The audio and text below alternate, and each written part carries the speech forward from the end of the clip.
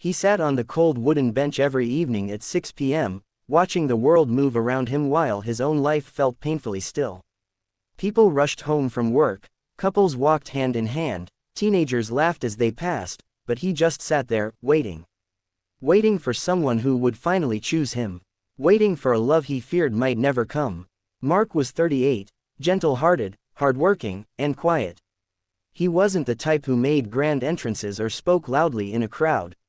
Instead, he cared in small ways, helping elderly neighbors carry groceries, shoveling snow from the walkway for the young couple across the hall, volunteering at the community kitchen on weekends. People liked him, but no one truly stayed in his life. After losing both parents within 2 years and going through a painful breakup, he felt like God had set him aside, forgotten him in the corner of his plans. One cold November evening, as snowflakes drifted like tiny stars falling from the sky, Mark noticed a woman sitting at the far end of the bench.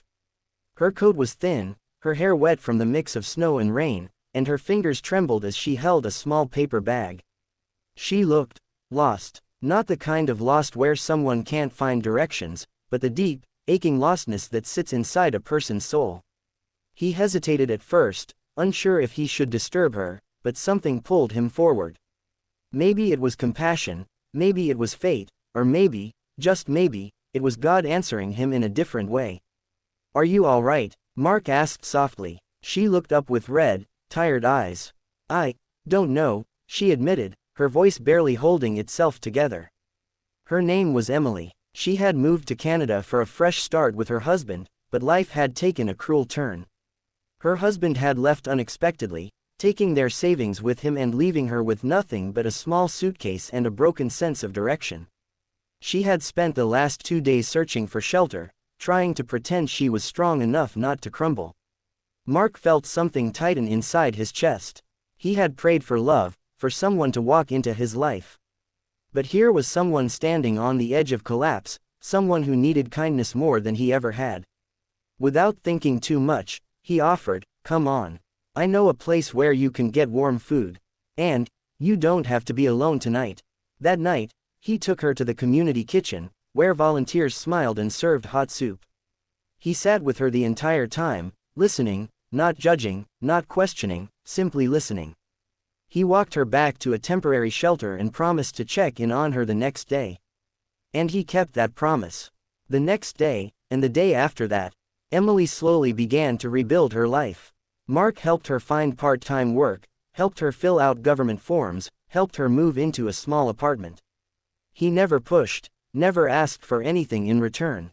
He simply showed up, every day, without fail. His quiet presence became her anchor.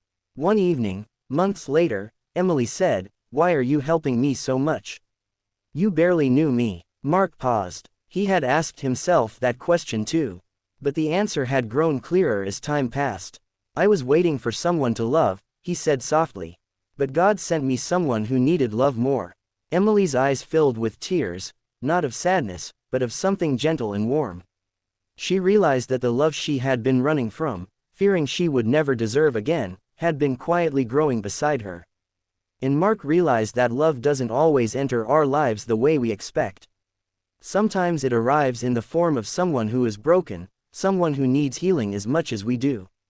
Their story didn't transform overnight. There were still tough days, moments of doubt, moments where Emily questioned her worth, and moments where Mark wondered if he was enough. But they kept choosing kindness, choosing patience, choosing each other, one small moment at a time.